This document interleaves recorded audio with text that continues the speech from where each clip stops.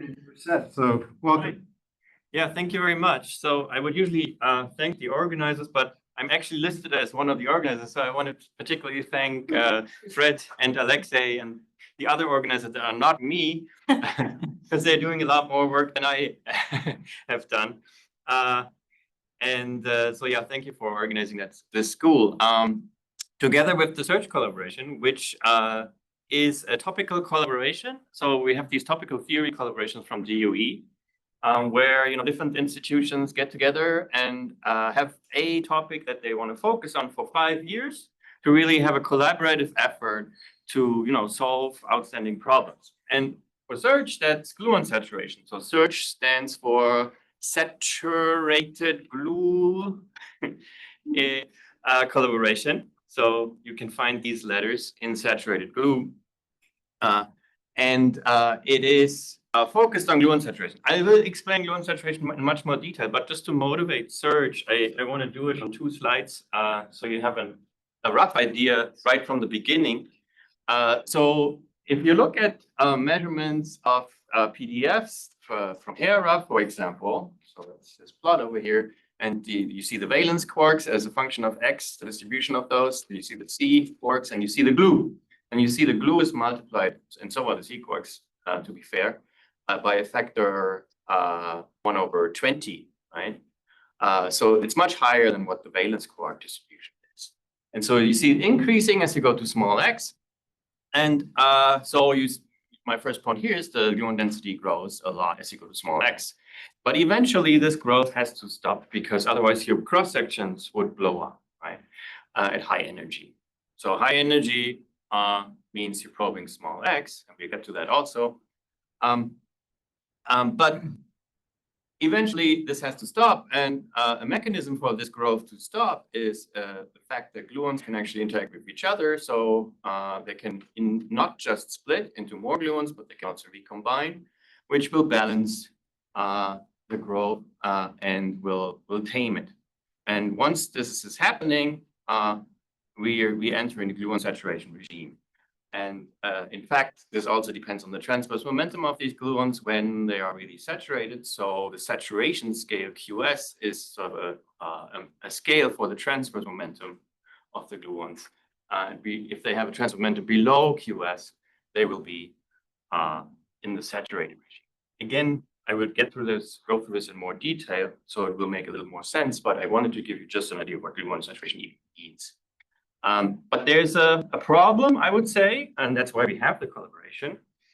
So in nuclei and even in protons, but in particular in heavy nuclei at high energy, gluon saturation is really expected on basic theoretical grounds. Basically, the argument I've just made, right? So you cannot violate the Froissart bound, right? Which means that the cross section cannot grow faster than basically the log of the center of mass energy, and it would if there was no taming of the growth of the gluon density. There are several hints actually in the experimental data, yet there has really not been a clear demonstration in the data that there are saturation effects in the observables at RIC and LHC, for example. And also, we want to make predictions for the EIC, and they need to be made now, really, right, to maximize the impact of the measurements that will come up from the EIC. That's the problem. The problem is we haven't really shown from the data, right, that there is definitely gluon saturation, that there are gluon saturation effects visible. The solution, hopefully, right, is a collaborative effort, right, to identify A, the best observables, to B, perform high precision calculations, and then C, put them into a comprehensive numerical framework that can actually directly apply to experimental observables, and then ultimately do like a global analysis and demonstrate the presence of these gluon saturation effects. And that's where the SURGE collaboration comes in. We have, experts in all these aspects. And I go through the different working groups and so on in the second half of the talk. But that's the idea. That's the strategy. We want to show by improving calculations, right? And then eventually by comparing two measurements, both at LHC, also at RIC, and at the future EIC, that we see actually gluon saturation that we expect to be there. Okay, so here are members of the SURGE collaboration. These are different institutions across the US and also one in Canada. You can see they are fairly well distributed. This is a list of members. I'm not going to dwell on it for too long. You see, we have a lot of people at Brookhaven, where basically this all goes through. So it's sort of the head institution where the money goes to, and then we distribute it. Essentially, this is how this is organized.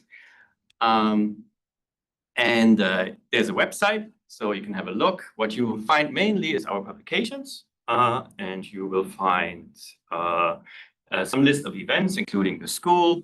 And we have a collaboration meeting coming up in about 2 to 3 weeks at UCLA this time. So there's some information there, and you can select all these different sites. Okay. So, but now I want to, in a little bit more detail, introduce some background to gluon saturation. So, to get to this regime, right, we have to go to high energy. In principle, there's actually 2 high energy limits. So, if you take S, the center of mass energy, to infinity, then you can have 2 different limits. You can have the Bjorken limit, where you fix X and Q squared goes to infinity. So, if you look at the kinematics, basically, S goes like Q squared over X. There's also some inelasticity there. There should be Q squared over X times Y in the denominator, but this is just a proportional, so that's okay. So basically, S goes like this. So you can fix X, but then you have to increase Q squared, or you fix Q squared, and then X has to go to 0 if you want S to go to infinity, right? And that's where we're interested in, right? So I told you I want to go to small x, so we're in this Regge-Gribov limit. In the plot where I plot log Q squared on the y-axis and plot log X on the x-axis, you can draw it in this nice way. So the Bjorken limit direction would go this way. So you increase Q squared, alpha S becomes really small, and also Q squared, as you've heard in previous lectures, right, is your resolution scale transversely. So actually these blobs, which indicate like are my partons, they basically become smaller, and this is all pretty well under control. If you go to small x, you don't change and fix Q squared, right? You don't change your resolution scale. So you still, as you've seen, populate more and more gluons, but eventually, because the size scale doesn't change, they overlap, and you reach the saturation regime, right? So eventually there's no more space for more of them to fit. So this is another way to understand that gluon saturation is happening. So then this leads to this overlap, when it happens, leads to some maximal occupation number, which is on the order of 1 over alpha S. So that's the occupation number of my gluons. And as I've already said, this bound for saturated gluons with transverse momenta less than QS, right? These guys are saturated, and QS is my saturation scale. That's kind of indicated by this line here. So this is basically the QS as it increases as a function of decreasing X, right? So this is the limit we're dealing with. This is sort of the situation. So we want to have not too large Q squared, and we want to have X as small as we can to probe this regime here on the bottom left. And on the theory side, we have an effective theory of QCT that can describe this regime. So we take this Regge-Gribov limit, and there it turns out we have sort of a separation of degrees of freedom. So we have color degrees of color sources, which at these high energies I can treat really as static and localized. So that's sort of the large X degrees of freedom.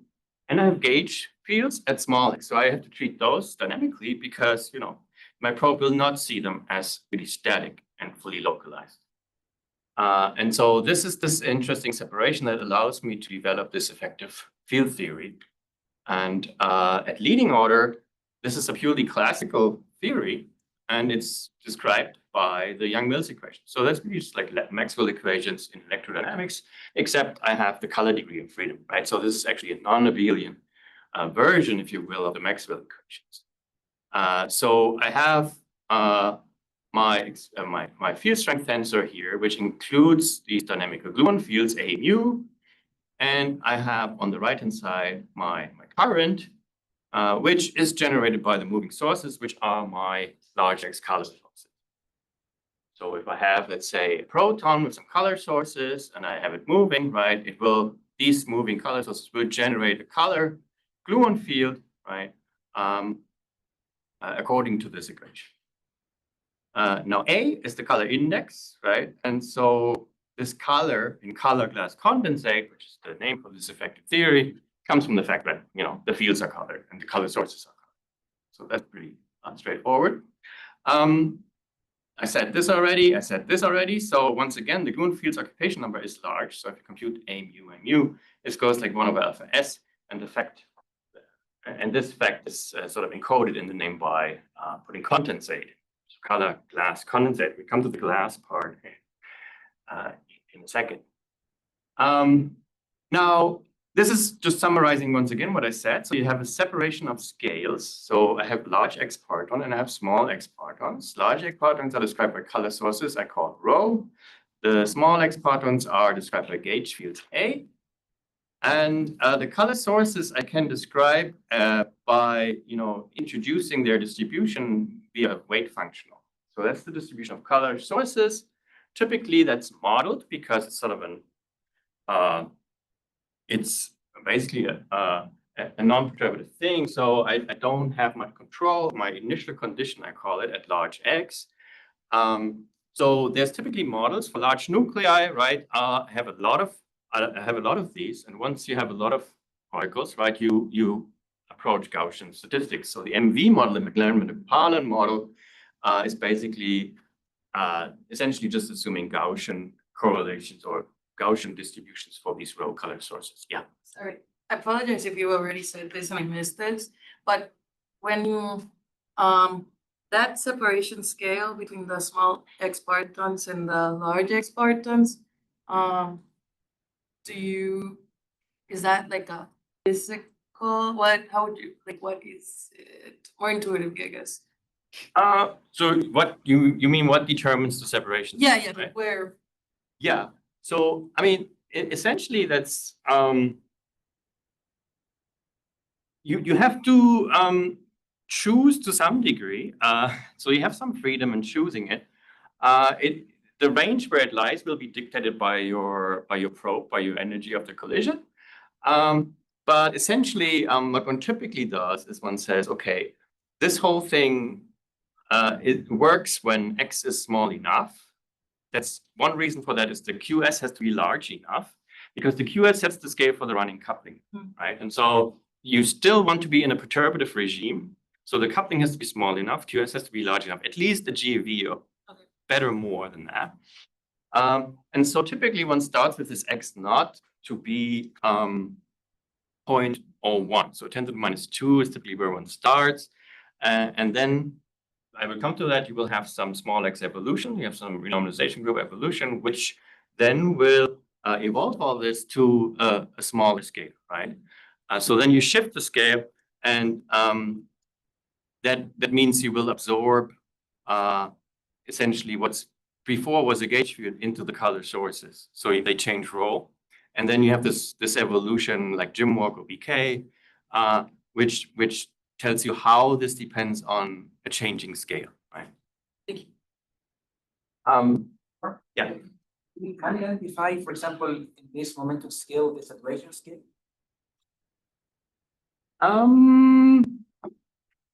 It's related. It's not the saturation scale itself, because saturation scale is a transverse momentum scale, right? This here is really more a longitudinal, so like if you get like a light cone momentum scale, right? Or X, you can also translate it to X itself, or rapidity, right? So it's more of a longitudinal scale that you're changing. But they're related, of course, because X, you can relate this separation to X, and then you have QS as a function of X. So of course, there's a connection. But this is really coming from, I mean, I'm not going into too much detail. I could, but it would blow the 1 hour. But really, you have a sort of an ordering in depending on which direction you go, K plus or K minus. So your probe has a certain K plus, so that's light cone plus momentum, right? Energy plus PZ, right? And then depending on that momentum, your source will see certain, your probe will see certain partons as either, frozen and static, right? If they have a plus momentum that's, in this case, I guess, above the probe, and then others it will see as dynamic. They have a plus momentum lower than the probe. So this is kind of where you can get to this point, but I skipped all that to save some time. But yeah, very good points. So this wave functional, to come back to it, is usually modeled. It can be like Gaussian, like in the McLaren-Vinogradov model, or it can be something else, right? And I'll get to that, how Surge actually wants to improve on modeling this, what I would call initial condition because it's at the X naught where we start the, BK or Jim-Walk evolution eventually that tells us what's the evolution of this distribution as I go to smaller and smaller X. Okay. So these, as I said before, are frozen, these rows, over the duration of a collision. So if you're describing one collision, these are just fixed, and then you compute the dynamic gluon fields and have them interact, and then you produce something, right? So for example, in a heavy ion collision, you could do that. And in GIS, it's the same thing, right? So you have one nucleus, your rows generate those dynamic gluon fields, and your electron, right? Typically, it's described in the dipole picture. That's the leading term. So an electron emits a photon, splits into a QQ bar, and interacts with those gluon fields, right? But these rows are frozen in one event, but they fluctuate event to event, right? And then this distribution here tells us how they fluctuate. So there's basically then two steps to compute any observable. So for a given row, right? For a given source drawn from this W of rho, right, you compute the expectation value of your observable. So with this fixed rho. And then you have to average over all possible configurations, right? So in event by event fluctuations of this rho configuration that you sample from the W. So it's two steps in the averaging procedure, and that's similar to this subscale separation you have in spin glasses. And this is where this glass comes from in the color glass condensate name. So just to give you sort of a rough idea why I think Larry McLaren came up with the name for color glass. I think is that correct, Brett? I think he did. So now to what I've already sort of mentioned briefly. So if you want to now go to smaller X, right, we actually have, just like we have an evolution in Q squared with dClap, we have an evolution in X. And in principle, you have BFKL, which is sort of the linear version of this evolution to smaller X. But here we really want to describe, the saturation regime. So we have these functional renormalization group equations Jim-Walk, and the large number of color limit of those are the BK equations, which you probably have heard of also before, the Balitsky-Kovtchev equations. And this describes how this W of rho essentially evolves with decreasing X. So basically, you're going to a smaller scale. You have to integrate out the dynamical fields that you have here, and they're basically absorbed into the new W. So you get a new statistical weight distribution now defined at the X1, and then you go step by step, right? And it tells you how does this distribution change as I go to smaller X. I won't go into detail how you do all this. Again, not enough time. But then, so I have that, right? But now I want to compute some things, right? So I want to look at the process where I have some interaction with some high energy color charged particle, something like a quark or so, interacting with my fluent field, which I describe by these classical fields. Now, this is typically done in the Iconel approximation, which is an approximation where the scattering really does nothing but rotate the color, right, of my probe, of this colored quark, for example, that's going through. But it keeps the longitude momentum of that quark the same. It keeps the transverse position the same. It can give it a transverse kick, right? But the interaction is on such a short time scale. It's basically interaction with a shock wave, because these gluon fields, or this target, is moving very, very fast. So you can think of it as really Lorentz contracted and just be a sheet of color charges, right? Or gluon fields. So there's no time during the interaction to actually change the transverse position, even if I get a transverse kick. Right? And yeah, so but all the other quantum numbers stay the same, okay? And because I have so many gluons in this target, right, I really have an occupation number that goes like, or that makes A go like 1 over G. Each interaction vertex goes like G, right? So that's my coupling strength. So whenever I exchange a gluon, so this is my quark probing, this is my target on the bottom, and this is indicating that it's exchanging gluon, right? If I insert a gluon, typically I have a vertex here, and that comes with a G. But the gluon occupation number, right, goes with a 1 over G. So each insertion actually is order 1, right? So what I have to do is I have to resum all possible number of gluon exchanges, which leads to this effective vertex. So this is basically a resummed one. And what this includes is a Wilson line. So this Wilson line, and I didn't write it here, so I didn't go into too much detail, but essentially it's an exponential coming from the fact that I'm resumming each individual gluon exchange up to infinity, essentially. And that Wilson line, right, is what describes this color rotation of the source as it interacts with the target. So this here tells me how the color of this quark changes from here to here. And as I said, the other thing that can happen is gets like some transverse momentum kick in this interaction. But that's it, basically. So if I want to compute some physical process, so I pick some process. Here's an example. So let's say we have an electron-ion collision, and I want to produce nothing but a vector meson, right?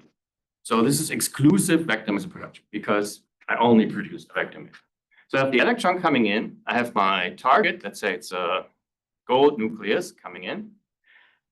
Then this is described as I've already described a little bit in this dipole picture, where in the momentum frame, basically, I can describe this as the electron first emitting a virtual photon with some momentum k.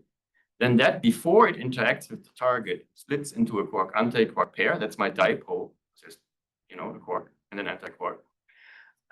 There's 2 of them. And then they interact with the target through this effective vertex. So there will be a Wilson line here, and there will be a complex conjugate Wilson line here, because it's an anti-quark in this case, right? So this rotates the quark, with this rotates the anti-quark.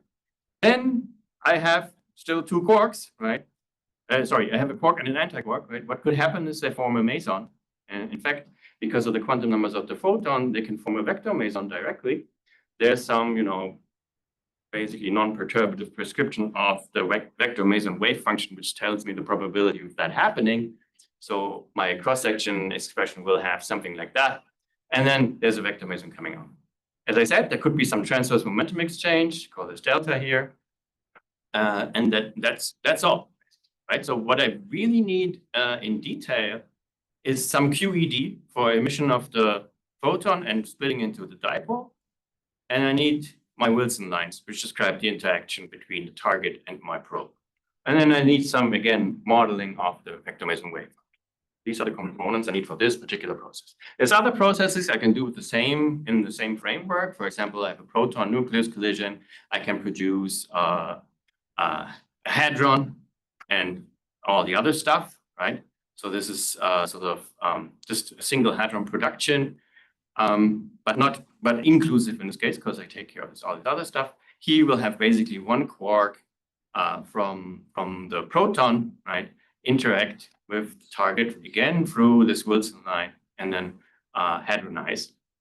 Or I can have inclusive EA scattering, right, where I just have this process, I square it. So I have some, but in this case, it's just a forward scattering amplitude, right, which gives me the include the optical theorem.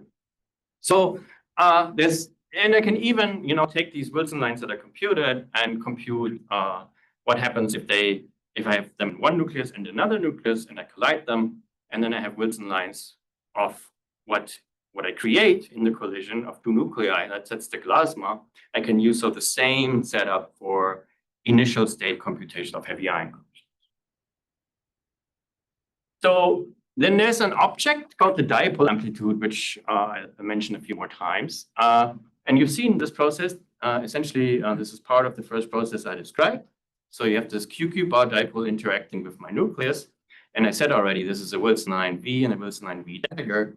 And in the transverse plane, basically, if this is my gluon field distribution, if you will, in a proton, right, then this QQ bar hits it at some point, right? And so the dipole size is the distance between the positions of those two guys, R. And that's sort of related to a question you had earlier, I think in Maria's talk, because about the impact parameters, right? Because I would say this is not really what we measure, right? So we measure momentum space, right, in the detectors. And so we really have to Fourier transform. That means we integrate over all possible spatial positions here. And so we cannot, once we measure precise momenta going into the detector, right? If we measure all of them precisely, we cannot know in this event, right, where did it actually hit, right? Where did my dipole proton? Now, this is actually a little bit funny, right? If in heavy ion collisions, how do I do it? I also measure momenta, right? How do I know what the impact parameter was, right? And so I think actually in heavy ion collisions, it's because I measure, as you mentioned, multiplicity, right? Because if I measure multiplicity, this thing becomes somewhat semi-classical because I kind of constrain, at least by the measurement, right, where it must have hit. Because I have so many particles, right, this becomes somewhat semi-classical and I can actually determine an impact parameter. But in things like this here, where I have just like an electron hitting a nucleus, I don't think I actually can determine an impact parameter unless I make other measurements.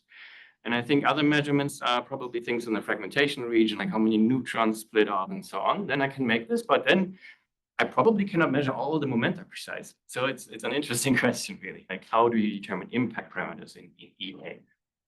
Anyway, so this is just on the side. So this is not one event, right? When this thing hits here, but when I want to calculate an event in momentum space, I actually integrate over all these possible configurations how this thing is hitting a nucleus or a proton. So here I show this so this dipole is a correlator, right? So a correlator of Wilson lines, in this case V at position X and V dagger at position Y. I trace over the colors, right, to make this and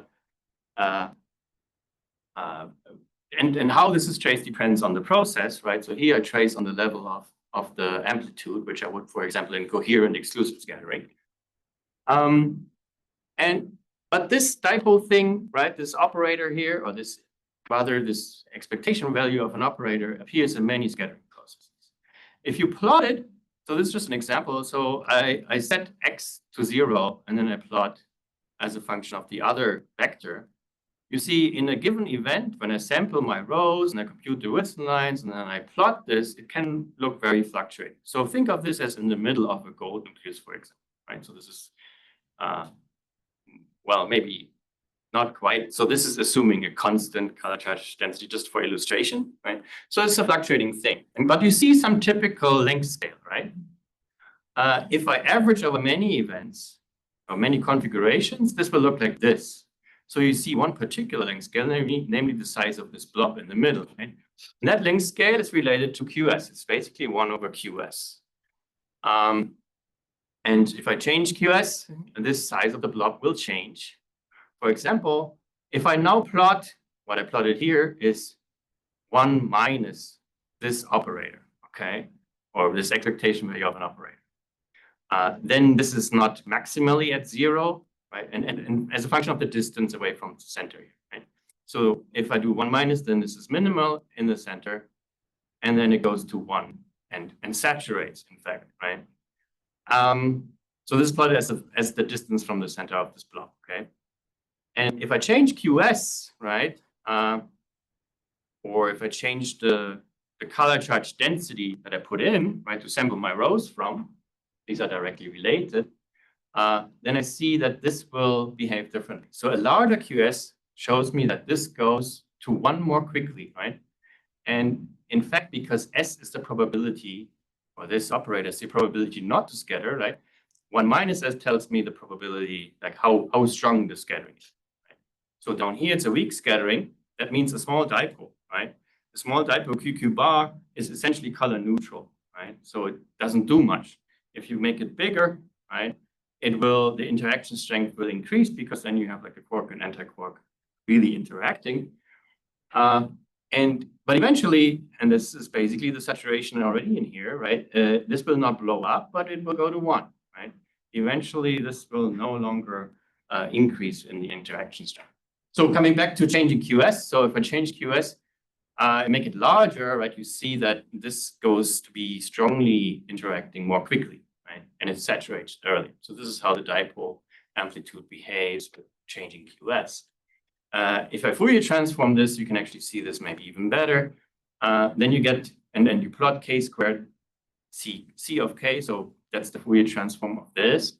And k squared is the phase space, right, factor. Then I see this is peaked at a typical momentum, which is QS. So I divide it by QS, then this is peaked around 1, right? So this is my transfer momentum distribution of the gluons I have in there, right? So you see the typical momentum is actually QS. If I now do this evolution, right, remember I'm changing the scale as I go towards smaller x, right? I can do this by solving the Jim-Walk equations. These can actually be solved numerically by some Langevin implementation. Again, I won't go into detail how you do this, but when you do this to a proton, for example, then it will look like this. So as I go to, I guess this goes 1 order of magnitude down in x, you see the proton will actually grow somewhat. And the structure becomes a little bit finer because the length scale of the fluctuations goes like 1 over QS. That's the correlation length. And you see, so this is a larger scale structures and going to smaller scale structures. But what's also happening is, well, QS is increasing, and you've seen then if you have a larger QS, actually my dipole amplitude D rises more quickly, and that's what you're seeing here. So the largest x is on the right, and as I evolve to smaller x, I go to the left here. And it turns out you get actually this kind of similar evolution where it's just shifted to the left, and it's sort of kind of really some interesting aspects of how this evolution works. But this is just to illustrate for you, like roughly what you should expect that's happening when you study this. So yeah, the proton will grow. That's basically like Gribov diffusion. So you get splittings of gluons and so on, and then they will kind of spread out in space as well. And also the gluon number increases, right, indicated by QS increasing. And the typical momentum increases, right, which is QS itself. Right. So before I go into what really SURGE is doing, I just wanted to say that there are some hints, as I mentioned in the beginning, that in the data, or at least there's expectations of where one should see effects in the data. So for example, if you look at very inclusive quantities, so you can look at F2 or FL, right, you expect that if you go to small x and also not too large q squared, you should see some saturation effect as you go from a proton to a nucleus, right? And this is indicated here. So this is FL minus what you expect if there's no saturation. So basically a leading twist result. I'm not going to go into too much detail, but basically this is saying how does FL look when there is saturation versus if there's not, and if you see the modification. It's largest at the smallest x shown, right? And also at the smallest q squared. The reason why q squared should be small is because if you have a very large q squared, you can probe, you will probe with very small dipoles, right? And if the dipoles are typically small, you're not really sensitive to the 1 over QS length scale, probing sort of inside of that. You want the dipole large enough, right, to be on the order of the length scale of 1 over QS to really probe saturation. So if Q squared is too large, you're always in this sort of weak scattering regime of the dipole at small r, right? I mean, you're integrating of all r, but this part will dominate, okay? And then you kind of overwhelmed by other stuff and won't see the saturation. If Q squared is small, right, then you can have very large dipoles, which are actually sensitive. Okay? Otherwise, they cut off by Q squared, by 1 over Q squared. So anyway, so you see some modification in the proton, but you see a much larger modification in the gold nucleus, right? So if you were able to go into this regime, you should see a quite different result from the expectation without saturated data. But this is 10 to the minus 5, so it's a pretty small x, and which we probably we definitely won't reach right away with the EIC, right? Because the energies are unfortunately not high enough quite yet. There's other more differential observables, for example, double inclusive DIS. So I produce two particles, let's say two hadrons, right? So this comes from the fact that, let's say, for example, the quark and the anti-quark. Typically, you know, in the transverse direction, I have a back-to-back peak because the momentum has to be balanced. But then I get some suppression by, you know, multiple interactions with the nucleus in the case of a nuclear target. And this is just showing this correlation as a function of angle. So at pi, I'm in a back-to-back regime, right? And then if I go away from that, you know, it's sort of a distribution of this associated particle relative to the trigger particle direction. Okay. So in EP, I get in the calculation this largest gets suppressed. So I have this increasing suppression with nuclear size coming from the fact that I have a larger QS and a large nucleus. And so I have more interactions that kind of smear this out from the, you know, interaction with the saturated target. There's a even more exclusive quantity, which is, again, what I mentioned earlier, the exclusive J-side production, or I can also produce a phi. This is done with this Monte Carlo Sartre event generator, which shows that if I sort of take a saturation model, in this case, called BSAT or IPSAT, I get a certain result for the ratio of the cross-section in gold versus proton, scaled by some factor of A. That's not so important. But if I remove the saturation by just linearizing everything, right, I get a larger result. But you see a significant difference between the two different vector mesons that I produce. So on the left, I produce a J-side, which has a larger mass than the phi. So if I look at the phi, which has a mass around 1 GeV somewhere, I see a larger suppression rather than the J-side, which has a mass around 3 GeV. And the reason is the same as what I talked about with the Q squared. So this mass sets the scale, right?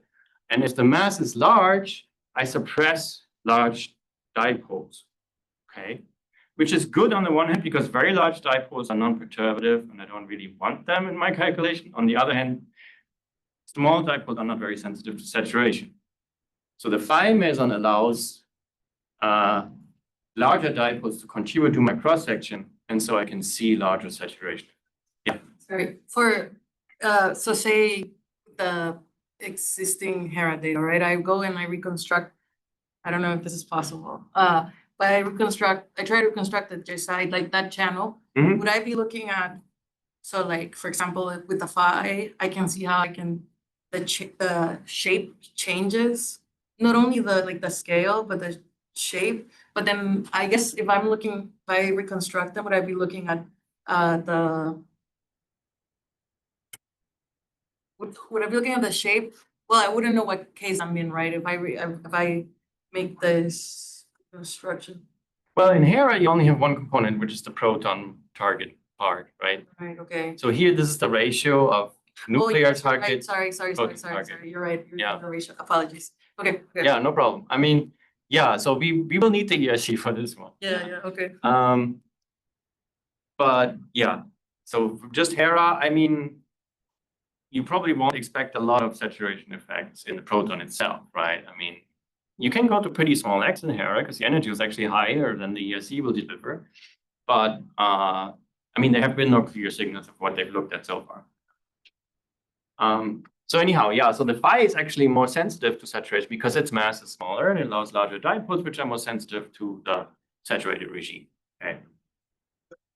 Why did you have in the previous slides A power to 4 to 3? Oh, this is sort of the expectation of how this should go. I think if there is no, or yeah, basically if there's no saturation. So this is how this diffractive process should scale with A.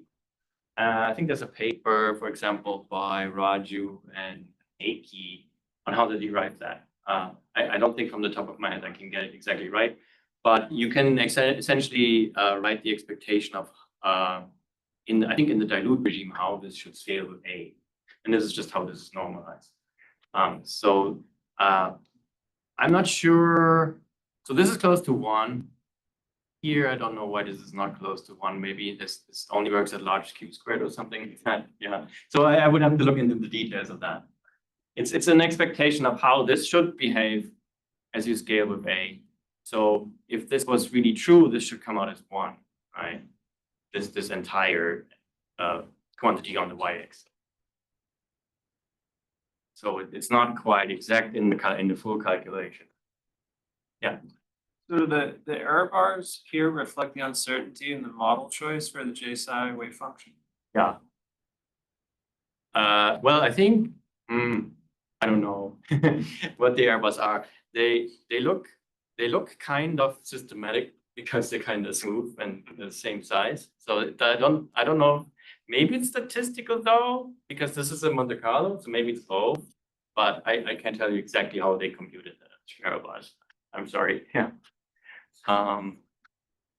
Yeah. So these are just some examples of observables which should be sensitive to saturation. There's a lot more in principle. And part of what SURGE is doing is also like trying to figure out new observables. Like I will mention energy correlation, stuff like that. So there's some new stuff people are thinking about. Okay, so that's a brief recap before I go into the structure of the SURGE collaboration. So we are studying high energy scattering in the limit where Q spread is fixed and we go to small x, okay? I didn't show this plot actually here. So this is just another way to visualize how a high energy probe sees a nucleus. So we have this time dilation.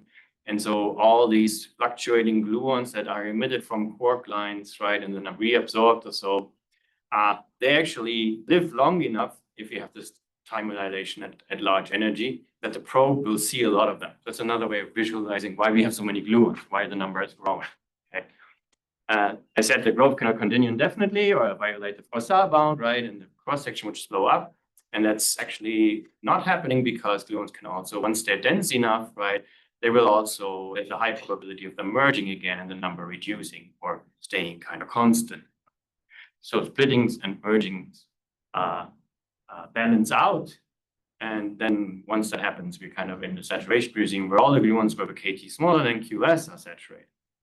The effective degrees of freedom are static colored sources and dynamic gluon fields that are at small x.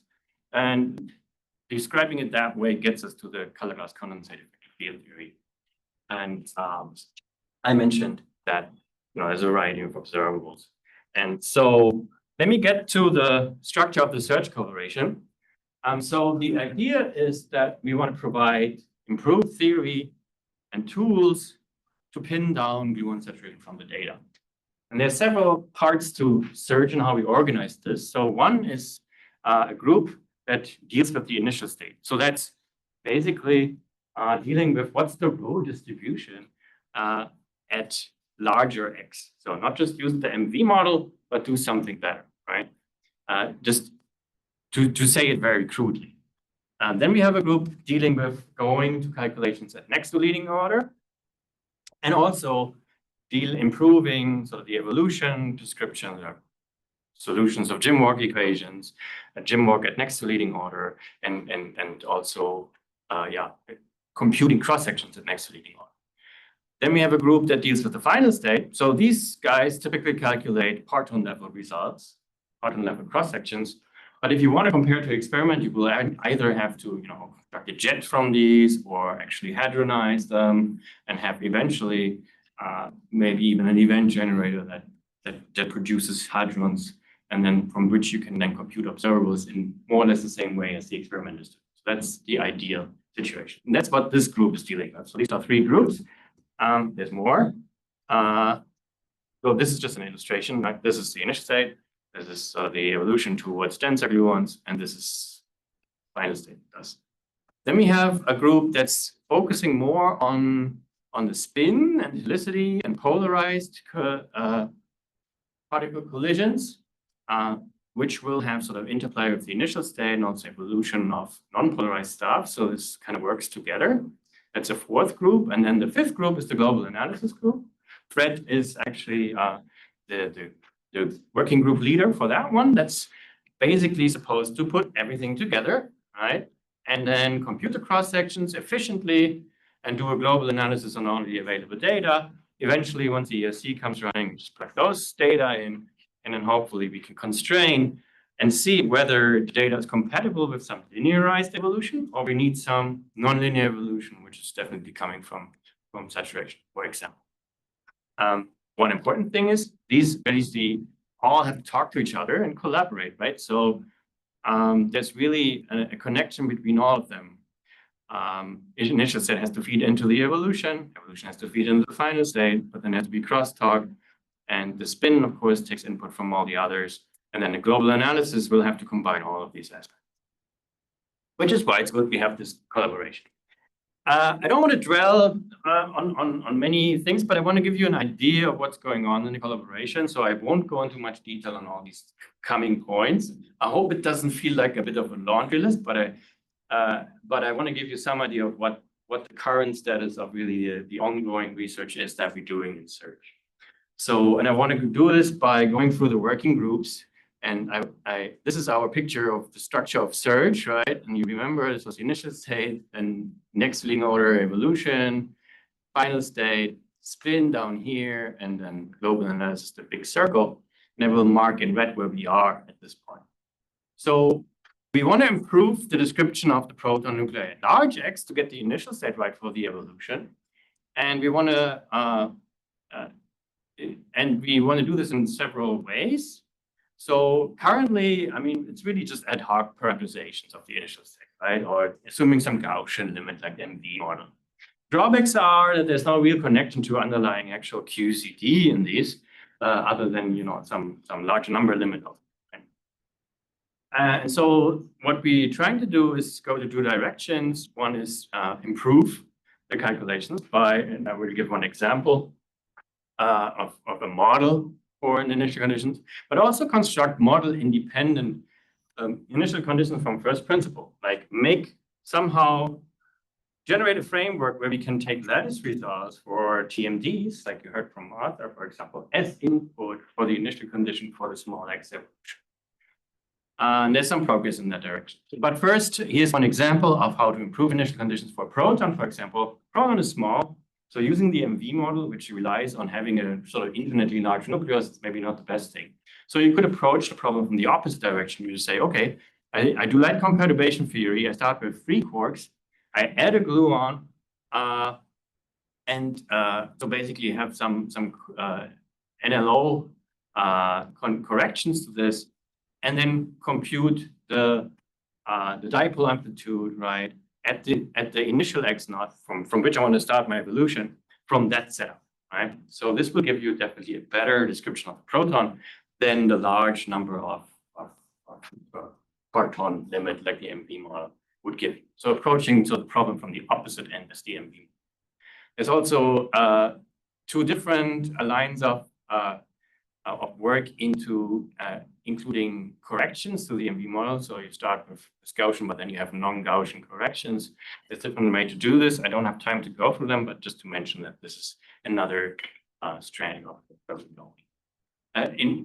To talk about this sort of model independent first principle thing, so there has been some work in kind of making this connection between the TMD PDFs, so the transfer momentum dependent PDFs, and the small X dipole. So even you can actually see this connection on the operator level. You basically have you have this shockwave interaction that I showed before, right? You have these 2 Wilson lines at different points, and in the TMD description, you also have sort of this BT here, right, which is sort of the amplitude and complex conjugate amplitude difference in position. So you can make a connection between them, and that's actually been done more complicated next to leading order by these guys. And this connection really lays the groundwork then to use TMDs as input. And sure, TMD computed from from lattice QCD or extracted from the data as input into your initial configurations for the CGC calculations. So there's progress made in that direction. For the NLO and evolution, there's different cross sections that have been calculated at next leading order. For example, inclusive digest production in EA collisions. So that's this process where I still have the same thing as before, right? I have this interaction on my QQ bar, but then I basically compute what's the jet, right, coming out of this. You can do this with some jet finding and so on. Now this has been done at leading order, and now if you go to next leading order, then you have to sum over all these diagrams. These are representations of those. So you have different gluon emissions here, and then the gluon interact with the shock wave as well or not, right? And you have some virtual corrections and so on, some vertex corrected. And you have some infinities, divergences, which have to cancel, and this all happens, and it's very nice. And then you can get your next leading order result, or they say the nuclear suppression of your dijet signal. So this is an REA, if you will, so the ratio of the result in EA versus EP, scaled in this case with A to the 1/3.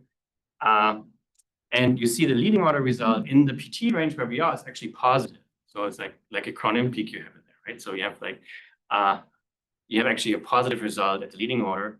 But if you go to next to leading order, you see this is actually in this PT range also negative. And as you go as a function of A to the 1/3, you get more and more suppression. So this is the full result in green.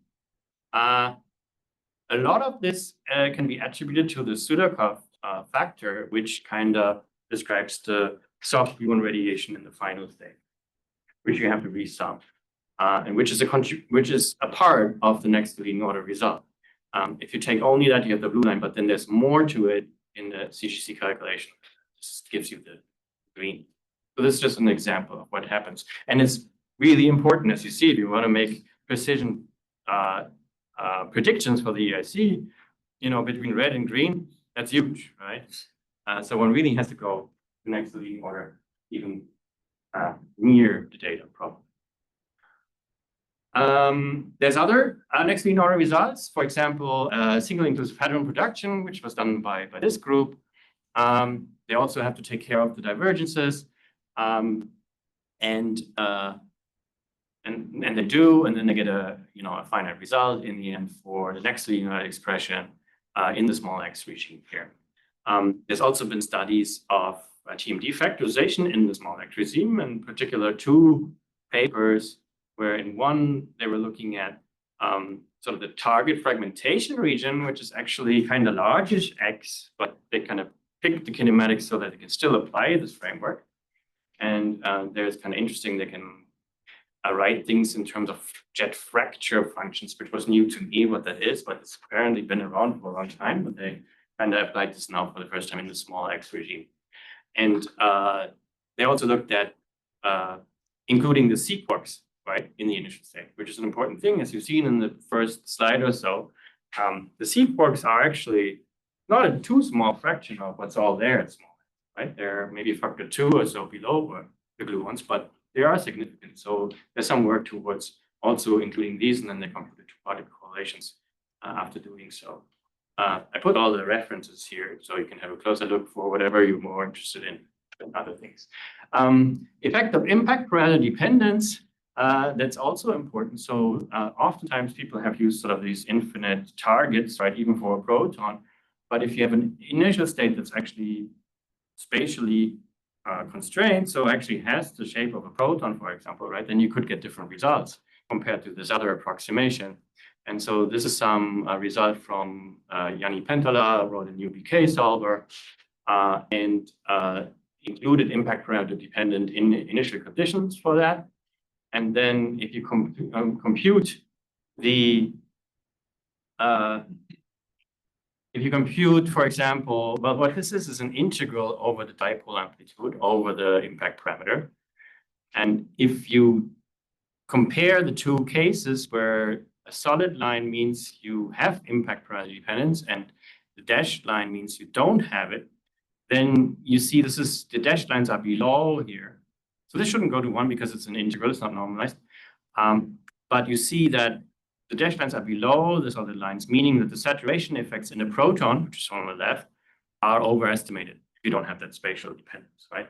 Which makes kind of sense because if you have an infinitely large proton, right, then you will never hit like the edge of it and have a dilute regime, right? You get a very dilute regime when one of the dipole ends basically hits the outside of the proton, which can only happen in the impact parameter dependent case. For a nucleus, this is a much smaller effect because the nucleus is much bigger, right? And so the approximation of having it infinitely large is better, okay, which you would expect. So this is shown in this paper. And then they also looked, so Yanni and Christophe Moyon looked with that same code at what happens if I have linear versus nonlinear evolution.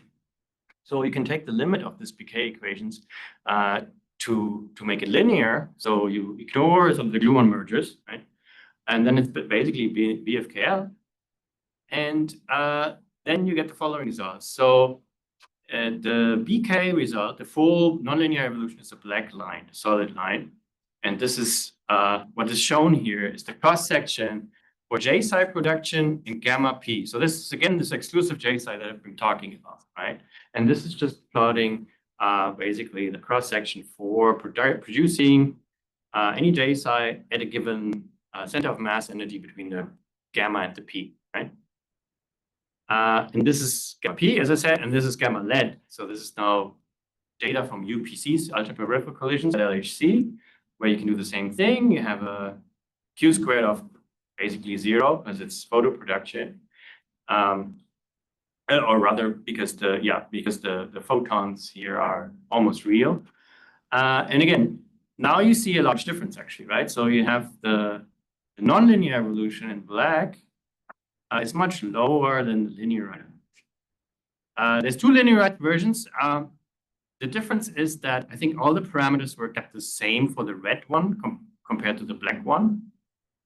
And the blue one is a bit maybe a more fair comparison where the blue one was tuned to this data and then to predict this data, okay? So adjusted BFKL means this blue line has different model parameters than the black one, just so that the linear version, so basically you reduce the evolution speed, right? Okay, I see confused faces. So the black line is my full BK. The red line is the linearized version of that with all the parameters kept the same. And because it's linear, right, you have some faster evolution. Right? You don't have the slowing down from the saturation effect. The blue one is one where I just took the linear version and I artificially made my evolution speed slower to describe this data, okay? And then I take all of them as they are and replace the proton with the lead, and then that's my prediction for gamma lead, okay? Yeah. Is that the idea that the big difference, this idea that you cannot model a nucleus as a collection of protons or because I was, as we were talking about this, Yeah. because you have predictions for E to A, and I was just thinking, how can you like test your models? Because there, to my understanding at least, there's no, like, it's not easy. It's not like you can from proton to proton to PA. There's a lot of stuff that came out that people were not that surprised, like the collectivity or the ratio. I'll say this again, the strangeness enhancement as a function of multiplicity, right? And so then, I don't know, I guess. But yeah, that's start basically frames. Okay. it. Yeah, you cannot describe the nucleus as a collection just of protons, right? The QS is much larger, and you're deeper in the saturation regime, so evolution is actually slowed down more. Okay. And that's what you see here, right? That's right. Yeah. And what this also tells you is that, you know, the linear does not describe this data. The nonlinear does also not describe the data, but it's closer. But this is actually a big issue. So we've been working now for at least over a year on trying to get this data and this data fit at the same time, right? Even the CGC, full CGC calculation has issues with that. The suppression that we see at LHC, particularly here, this is data, I think, from mid-rapidity. And you see that has a very small error bar because there's not much ambiguity in, UPCs, you have ambiguity, which one is the photon source, which one is the target, and you have interference and so on. But at mid-rapidity, that's not a big problem because it's all the same, kind of, right? There's not much interference effects. But so basically, that's really the big issue here. This guy being so far from this line. Now, this is the ALICE data. At quark matter, there was data from Atlas, which wasn't shown as a function of W, but as a function of rapidity, and they're quite different. So the Atlas data, the new one, is much higher than the ALICE data, and would be more compatible, I think, once you extract W with such a line. That's not to say that ALICE there's an issue with it, right? Not be, right? There may still be tension, but there's tension definitely between Atlas and ALICE, which have to be figured out, right? Yeah. Is this leading order? Yes, this is leading order. I'm not sure actually if he has like some kinematic. I think there's kinematic constraints in decay. So there's some sort of next leading order if that's in there. But this might be actually fully leading order. I have to double check. Yeah. So do you think NLO could help this or no? Probably not much because you can always artificially make your evolution speed slower. So what we tried, for example, we did this with GymWalk, and we did a whole Bayesian analysis, and we have a lot of freedom in basically the running coupling in there, and what lambda QCD is, and what the infrared regulator in the kernel is, and this can slow down your evolution dramatically, right? But if you slow it down too much, then you do not describe the gamma p anymore, right? So what we did basically, we fit to this, we overestimate this, just like these guys do. If we fit to this, we overestimate this, right? So we cannot get them at the same time. What we did then is like a more global analysis. We put them all data together, did a Bayesian analysis, and there's tension, right? You find certainly tension. One thing that helped us was to put an overall K factor in front of the cross-section. What that does, it allows you to kind of artificially, okay, the motivation for that was, for example, uncertainty in the J-psi wave function, right? It could be a factor 2 uncertainty. It's like a weird model for how this works, non-perturbative, right? So we said, okay, maybe there's some factor uncertainty. So we just give it a free parameter for the Bayesian analysis. And we thought, okay, maybe it finds like 20%, 1.2 for that, or 0.8 or something. Well, what it found was 0.3, so a factor 3, right? So if you reduce your cross-section by a factor 3, that means you have to crank up your QS in both the proton and the lead significantly. But what it does, if you then with such a large QS, you're deeper in the saturation regime, and your evolution will be slower here. And you can actually get a pretty good description of those two once you do all that. But it's a factor 3, so it's a little uncomfortable, right? Is the uncertainty really factor 3 in the wave function? You would hope not, right? So this is where we currently stand with kind of this type of data. But I guess the point I wanted to make in this slide is just if you have linear evolution, you probably will never get. Okay, so that's at least one thing we learned. So that's actually quite nice. So yeah, this UPC data is very powerful, right? It's small x, right? So the high W is pretty small x.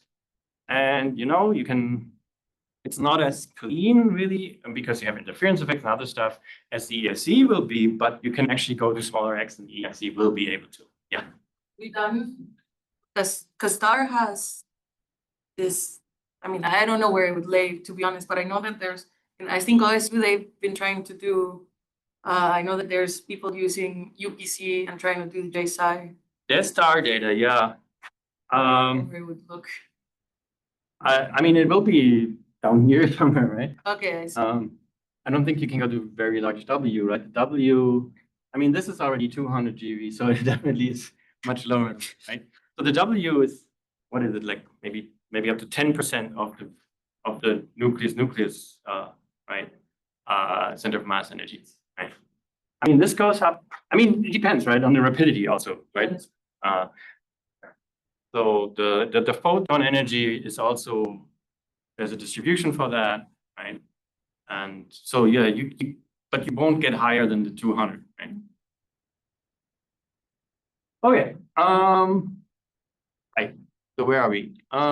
So yeah, this is just listing a few more results. I think I can skip this. So people are, just to say, people are looking at energy correlators. So hopefully these will provide some additional way of measuring things.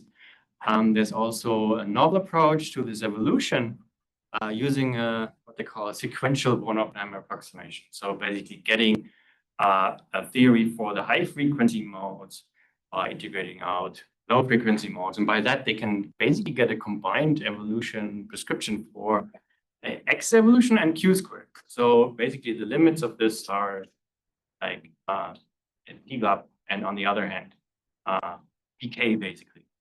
So this is quite interesting, but I don't know much about it, so don't ask me. I just wanted to list that this some things that are going on.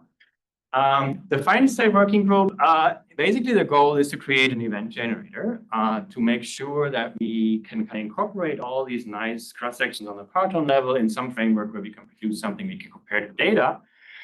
For example, so they haven't talked much about e-hygiene. It's another approach which incorporating saturation, but it's basically based on hygiene. Hygiene is sort of an event generator for heavy ion collisions, but this is kind of modifying it to have the EA processes in there, but it's really based on TMDs, and saturation is put in a different way than the CGC would. But they're working together here now, which is again a nice thing of the collaboration. The e-hygiene experts working with SMESH experts. SMESH is like your QMD, a hadronic afterburner.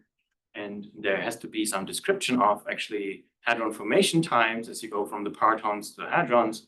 And they're actually working on, and Jordi is here, working on like a Gaussian process kind of to sort of a model agnostic way to describe how this hadron formation could work. So basically some machine learning way of doing it. So very, very interesting.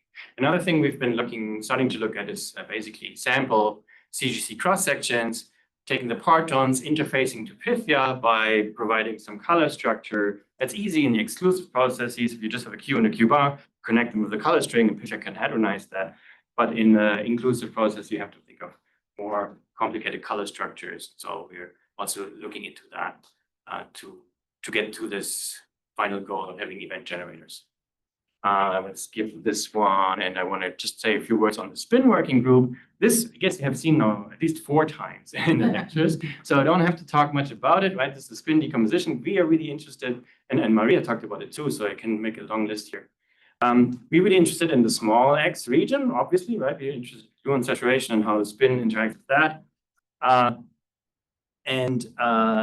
This spin working group has worked on, for example, providing improved phenomenology at small x for the spin. Essentially computing helicity-dependent quantities and doing here, they did some fit, I believe. So a global analysis of this JAM framework, the Jefferson angular momentum color relation. And so that's already been done. And there's ongoing work to include also polarized PP data and to and more work on the orbital angular momentum at small x. And I just wanted to splash something on that. So this is the calculation for the polarized PPs.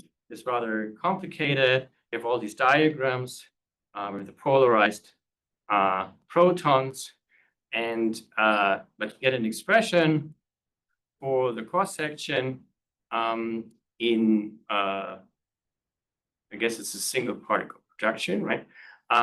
But my main point I want to make, because I don't have much time, is you can constrain the proton G1 structure function, and you can constrain on the right here.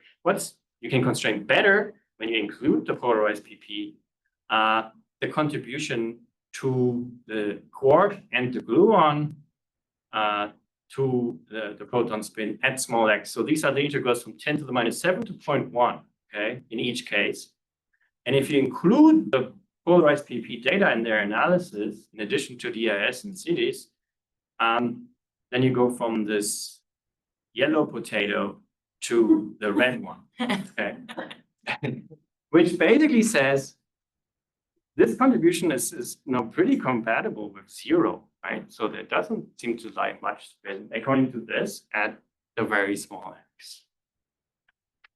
Okay, this is interesting food for thought, I guess. I have to look more into this. I'm not a spin expert particularly, but it's quite interesting that you see that this is shrinking around 0. Okay. There's orbital angular momentum, I said. So there's expressions for the quark and gluon contribution to orbital angular momentum. They write them in terms of these I345 and I tilde, which are moments or impact parameter moments of dipole amplitudes.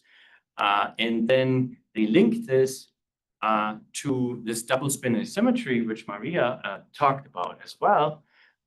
So they can express these double spin asymmetries in terms of the same quantities, these I345. And so this should, in principle, they argue, give you a way to measure the orbital angular momentum distributions from this type of data. Okay. Let me jump further and go to the final group, which is the global analysis. So the nice thing about this is sort of we want to understand, what's the role of having saturation models. So there's a dipole model on the right-hand side that I've been talking about. There's also the collinear factorization parton model, right, which is already in the X-FITR framework that you've learned about yesterday, I think, in much detail.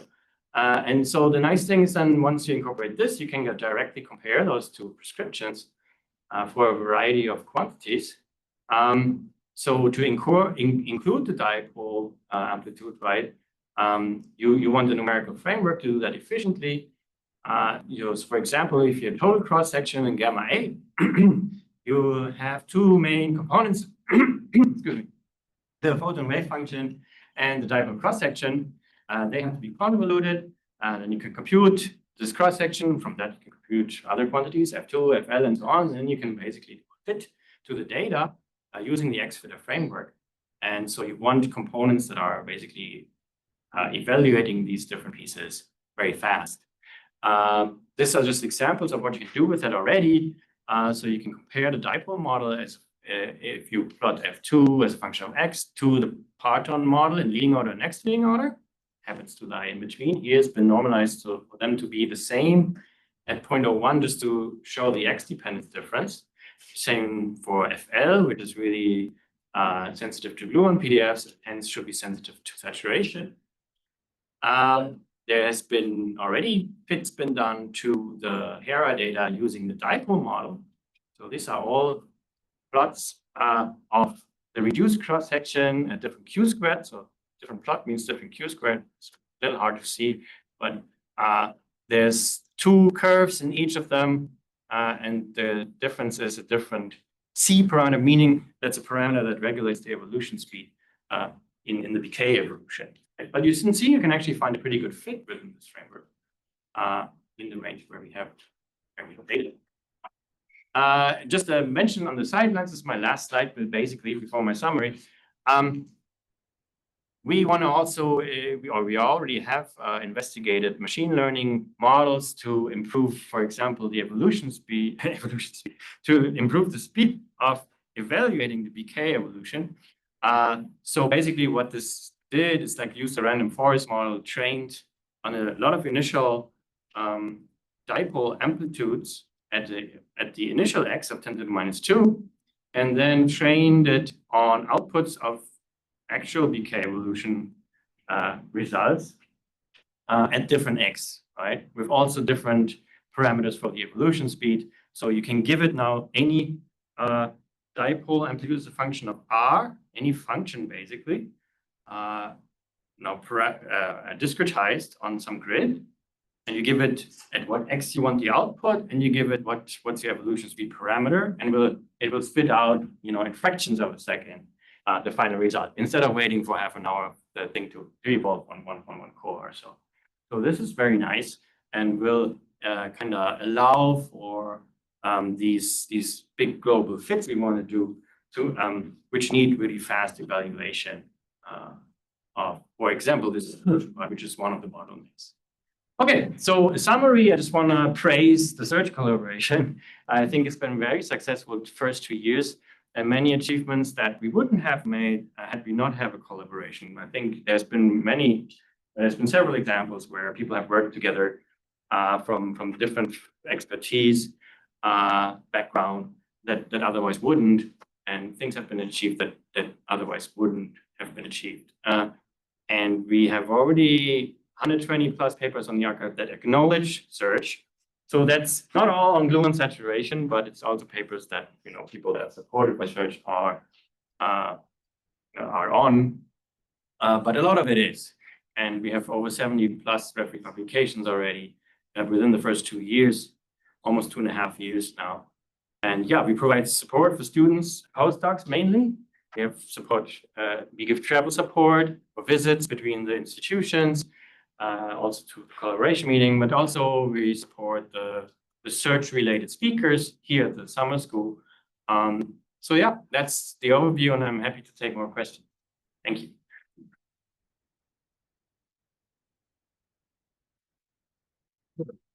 Thank you. And again, we have a relaxed schedule, so we have time for questions, and there won't be a discussion, so I encourage you to ask now.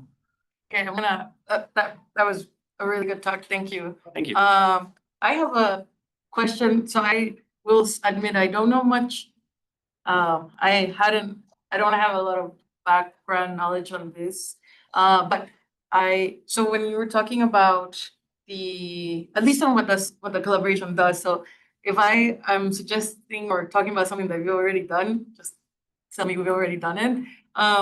But when you talk about the initial conditions and trying to improve the models, have you tried or have you compared like your model at RIC energies and then moved to LHC energies and see how well they both agree in PP, or am I thinking about this the wrong way? Because I feel like there's processes that happen in both. And that I don't know whether or not that predictive power is something you want or is or not. When I think of a model, it would be great if it works in all energies, right? Not just the specific ones that you're looking at. Yeah, absolutely. I mean, in principle, you want predictive power from the evolution right side. So if you, let's say, I define my initial set at 10 to the minus 2. Yeah. Right? RIC energy, let's say, is 200. Yeah. Right? That's a little less than 10 to the minus 2, Mhm. right? Typically for X. So there's a little bit of evolution, but not much, right? So Yeah. almost the initial state is at RIC, right? And then you have some evolution and you get the prediction for LHC. So for PP, I don't think I haven't done very much. What I've actually looked at recently with collaborators is heavy ion collisions, but use GymWalk evolution, we also described here, to evolve your initial state for the nuclei, right? And then provide via this IP plasma model the prediction for the initial state at the two different energies. And that works actually quite well. See. So you have to, what we did is we constrained the evolution speed and other parameters by looking at HERA data of various observables, but also including this this exclusive J-psi production, for example. So you can constrain your evolution speed from that set of data and then apply it to something else. So that will give you the predictive power for a certain set of observables. So yeah, we're looking into that, and in principle, you could do it for PP, for forward hadron production, things like that, right? Something more related to the saturation searches. Yeah. So you could do the same thing there. Yeah, that's a very good point. Yeah, that's what you want, kind of, right? So to kind of validate that this is actually working.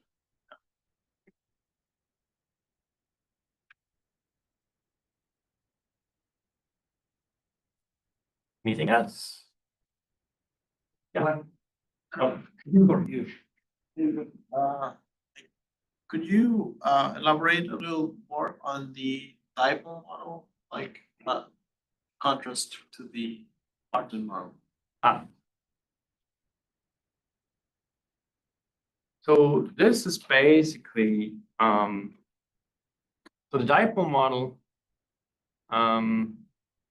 But in some sense, it relies on KT factorization, but Yeah, and also, well, what I've always shown is the coordinate space formulation. You could also do a momentum space, but it's a different way of doing the factorization, right? Here you have the explicit factorization, collinear factorization, right, into a parton distribution function, and then your partonic cross sections, right?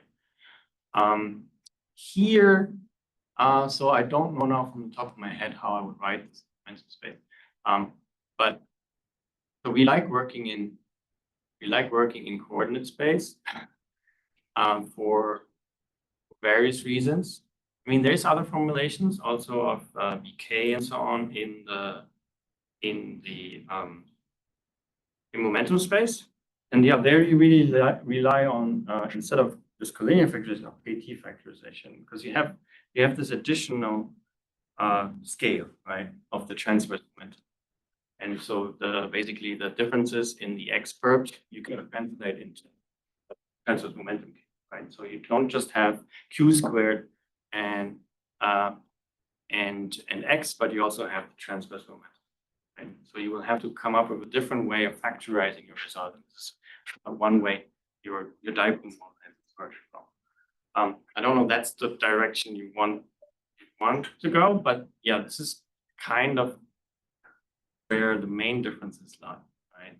So, and it depends also on the process, right? Where some processes you don't care, right? What the KT dependence into it over. Right? I don't know if Fred, you want to comment on the parton model more.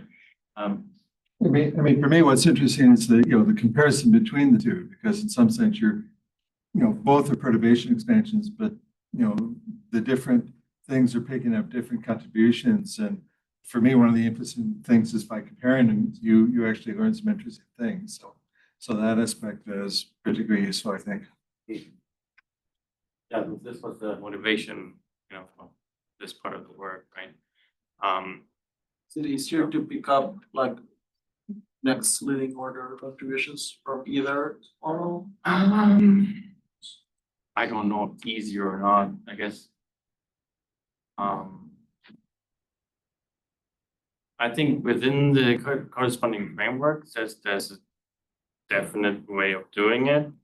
And I think there's been development on the dipole model side, I think, basically the CGC framework, where people have developed methods to actually go to next leading order pretty straightforward way. But we had to kind of develop these methods, I think, to make it, to streamline it. I think there's a lot more that has been done already in the parton model. CGC and next leading order is just sort of evolving right now.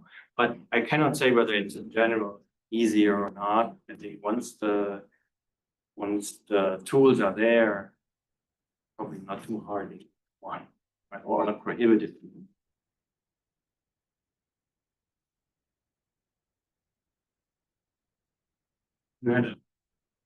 Comment on, for example, you show that I don't know if it's possible in the future to find the saturation regime, because naturally you show plots when you show the FL, and then you show how I think that the BK equation works when we have decrease in the curve when you follow the plots. I think that the saturation work inside the BK equation. So it is possible to find the saturation in the future with experimental data. Okay, so I understand your question whether it's possible, but I didn't get the part on what you said on the BK equation. I don't know if you may put the slides.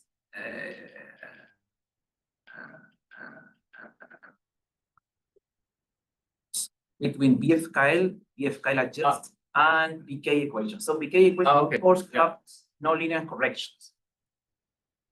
And you show that it's status. You have decrease of the curve in order to reproduce this experimental data. Of course, and the first one, no problem. You reproduce with BK equation, but another one.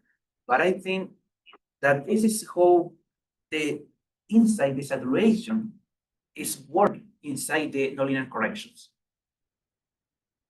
So Yeah. it is possible to say that we have found, or in the future, a saturation regime. I think if you can, unambiguously demonstrate that with a linearized evolution, we have no way of describing a bigger set of data, right? I think just one set of data is maybe not enough, right? That's why we're going towards this global analysis. And you can with, let's say, BK or Jimwalk, right? Then at least you have a very good indication that you have reached a nonlinear regime and that saturation, that you are in the saturation regime with the current experiments, right? I mean, I think there's no doubt in physical principles that there should be saturation somewhere. The only question is, can we with current machines, right, actually show in observables that we have reached that regime at some point, right, with a certain kinematics that we reach, or have we not? Right? Do we have to go to 10 times the energies, or that's really the question. Right? It's not. I mean, right? You could be in a regime where you're always in the weekly. You should be at the kinematics, right, where you're always in the weekly interacting with part of the dipole, right? So that you basically described well by linearized form. Let's say you have only small R contributions, small meaning R is smaller than 1 over QS all the time, right? So if QS is not big enough, that will be a really wide range.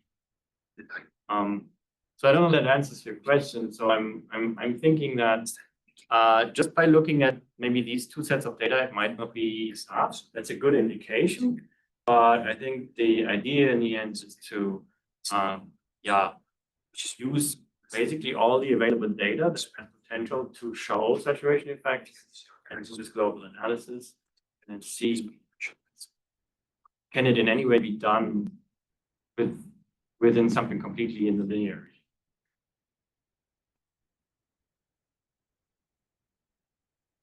But we can talk more. This doesn't really answer your question.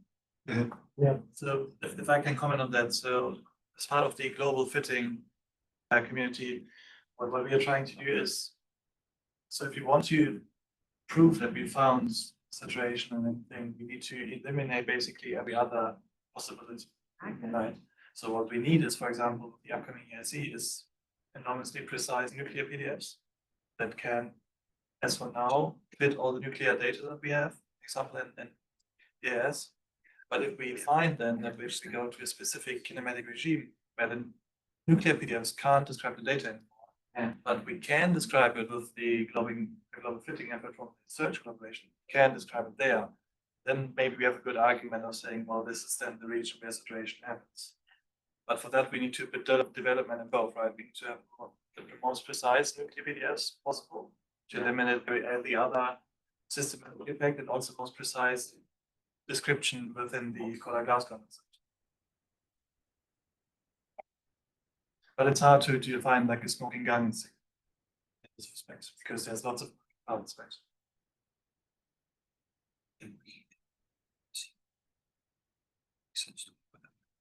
So if there are no other questions, let's thank Bjorn again and.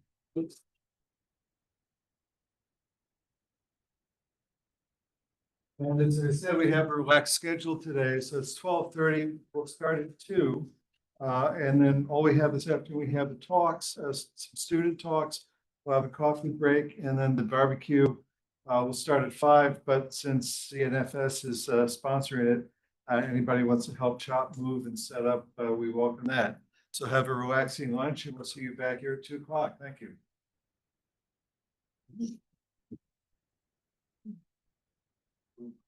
I'm